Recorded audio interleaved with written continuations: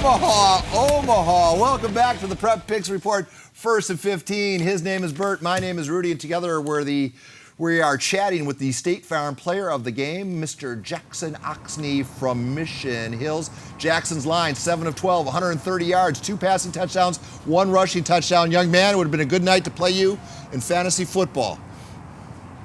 Tell us about the game. We played Oceanside, and we were coming to the game expecting it to be a pretty difficult game because they're one of the best teams in the Avocado League, and we just had a good game plan and came out and played our best and ultimately came out with the win. So it was cool. Jackson, great game, but I would be amiss if I didn't talk about your defense. That was pretty impressive. Are you guys really that good?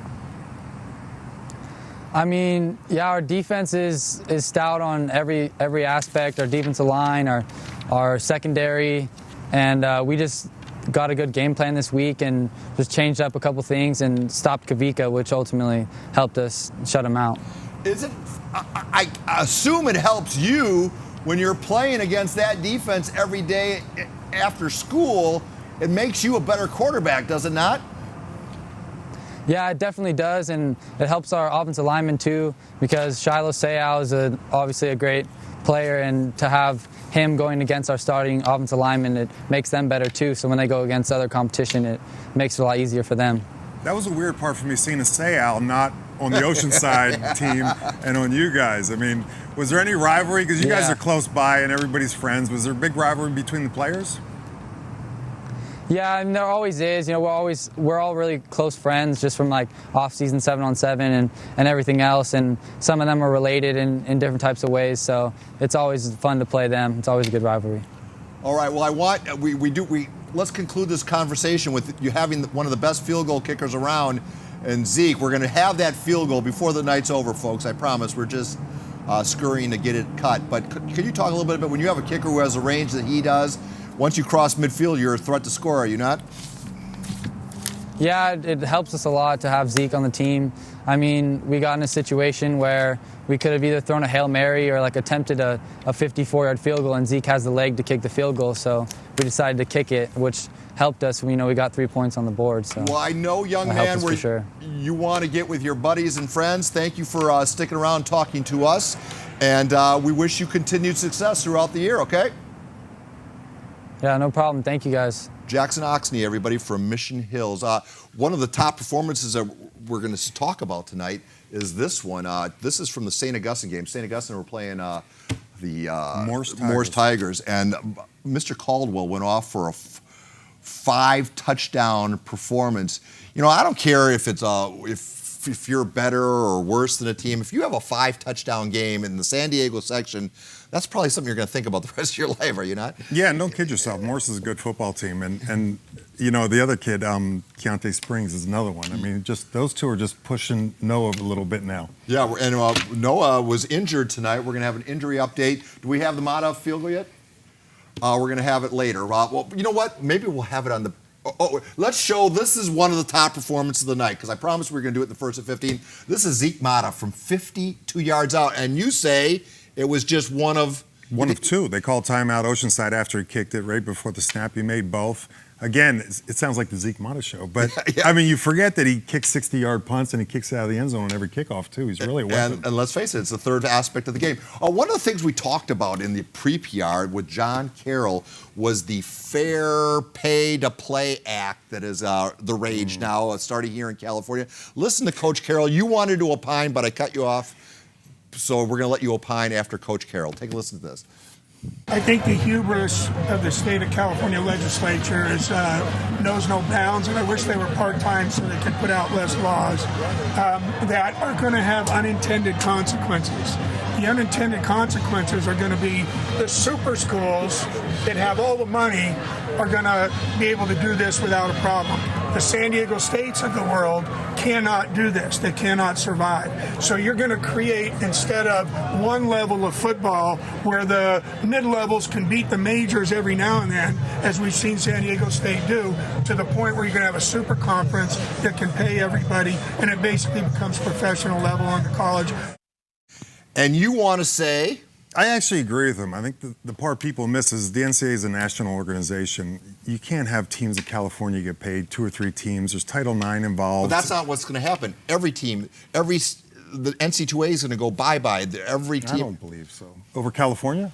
California is going to be joined by 11 other states overnight. I just don't think it's going to happen. And again, it does have unintended consequences. You still have other sports, and how much do you actually get from this? I mean, all right. All right. Politics and football shouldn't match, or any sport. Good luck with that. Hey, last week you said I want Rick Jackson to be the Strike Force head coach of the week with a big win over Grossmont. That victory catching our eye, your eye, and this is the presentation at practice earlier this week. Well, I mean, our defense played phenomenal. You know, they're a really good offense. They're very balanced. They throw the ball well. They run the ball well. So our defense did a great job keeping us in it, especially early. You know, we started out slow offensively, a couple turnovers. They blocked a punt, and they only scored 6 points. So they gave us some opportunities, and we just ran the ball well and threw the ball efficiently enough, and came out on top. We have to assert ourselves physically, guys. Obviously, our league is probably the best in San Diego County. So every week we play, we're going to be challenged, and we might be underdogs, and that's just the way it is. So we take that, we like that. We take that as a challenge, and everyone that we play on our schedule is going to get our best effort. Rick Jackson is one of the guys you want your kid to play for. Oh, absolutely, and he's been for a long time. The program's great. He's involved in the youth program, bringing it up to the high school level, just all involved in the community. A lot of coaches like that. It's great to recognize. Plus, he's smart as a whip. He's like a chemistry teacher or something. Can we talk about Don Norcross is 0 for 3 now? You just mentioned it. Oh. Hey, by the way, though, the Warhawks will be invited to see one of your Strike Force games during the season, right? Mm-hmm. All right. We also are doing something else on this show that, with the interactive nature of our shows, we call it. It's PPR Instagram TV. It started last year and has become quite the rage. One of our more popular interactive elements of the PPR. All you have to do is send us a clip of something behind the scenes. Maybe it's a fan, player, band member. We don't care. If it's entertaining, we might play it on this show, and if we do, you win fabulous PPR swag. This week's winner is Logan Cunningham out of Cathedral. It was this submission. Take a listen. What's up, PPR? We just won our game 50-14. Now it's time to celebrate. Roll Dogs!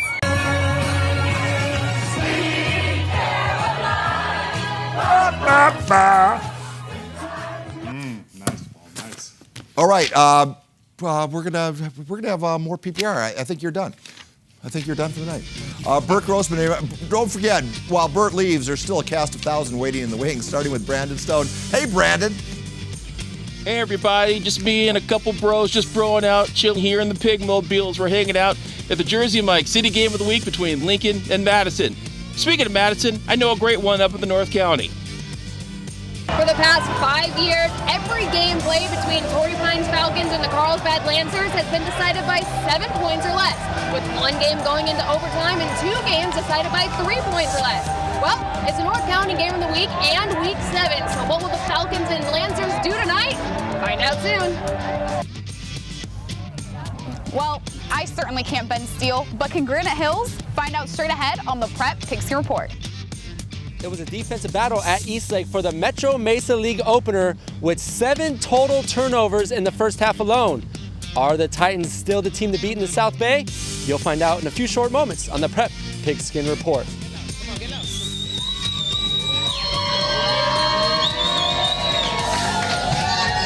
Paul, we're here with Mission Bay.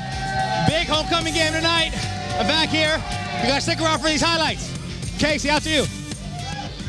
Hey PPR fans, our PPR team is currently tracking game stats and tabulating the numbers for the Big Pig on campus and Hollandia's fan fave. Before we reveal the winners, let's review our 4 finalists, starting off with Steel Canyon's running back, Junior Akintunde. Next, we have Lincoln's wide receiver, Keyshawn Smith, Eastlake's running back, Mateo Law, and last but certainly not least, Mission Hill's wide receiver, Quentin Hadnot. The winners will be announced shortly, so stay tuned for more on the Prep Pigskin Report.